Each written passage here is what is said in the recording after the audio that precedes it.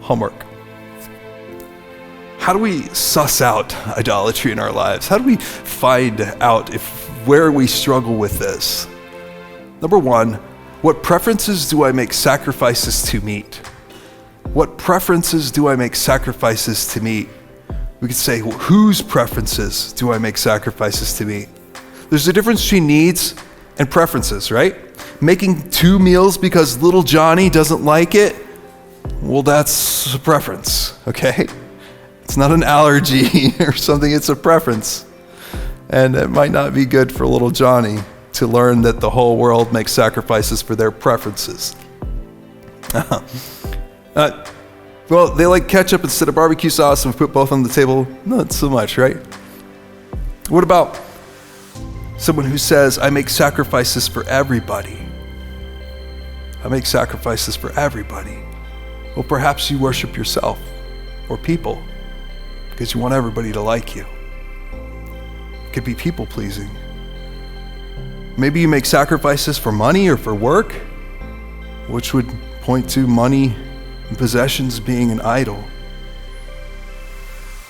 Maybe you make sacrifices in your relationship with sex, food, exercise. You know, some people have made exercise an idol because they just want to have the perfect physique, and so it's 6 meals a day and working out and lifting every 5 minutes. It can happen.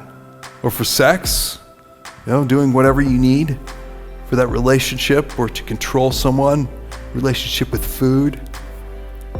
Maybe your thoughts, feelings, and emotions demand sacrifice of others. Oh, you hurt my feelings, you did this, you did that. And so then you're constantly asking others to sacrifice, not because they've crossed a horrible boundary, but because I have this preference and why. It could be that you've set up your feelings as an idol. I think I've done that before. It's so easy to do. I said, well, this is so important. Well, maybe not. Maybe I sacrifice my feelings in that moment to serve others, to serve God. Number 2, what idols tempt me to worship them? So using number 1 and the things that came up here, what idols tempt you to worship them? Make a list, write these down. What are the things that come into my space and come into my time that I'm tempted to give more attention to, that I'm tempted to make sacrifices so that I can have a relationship with those things in my life? Number 3, confess my idolatry and ask forgiveness. Don't skip this. Don't skip this. Confess my idolatry and ask forgiveness. Moses said, God, will you pardon us? We know what kind of God he is. He's a God who's merciful and forgiving and long-suffering and slow to anger. So if we will confess it and say, God, I've got this relationship with money. I've got this relationship with people, this relationship with laws, this relationship with food or whatever. God, hey, forgive me. I didn't realize this, or I did realize this, and it's gotten out of hand again in my life. Please forgive me. God would love to forgive you. And then number 4, what sacrifices do I need to make to meet God's preferences in my life? I think this last question is so powerful to help you rejuvenate your walk with Christ and your walk with God.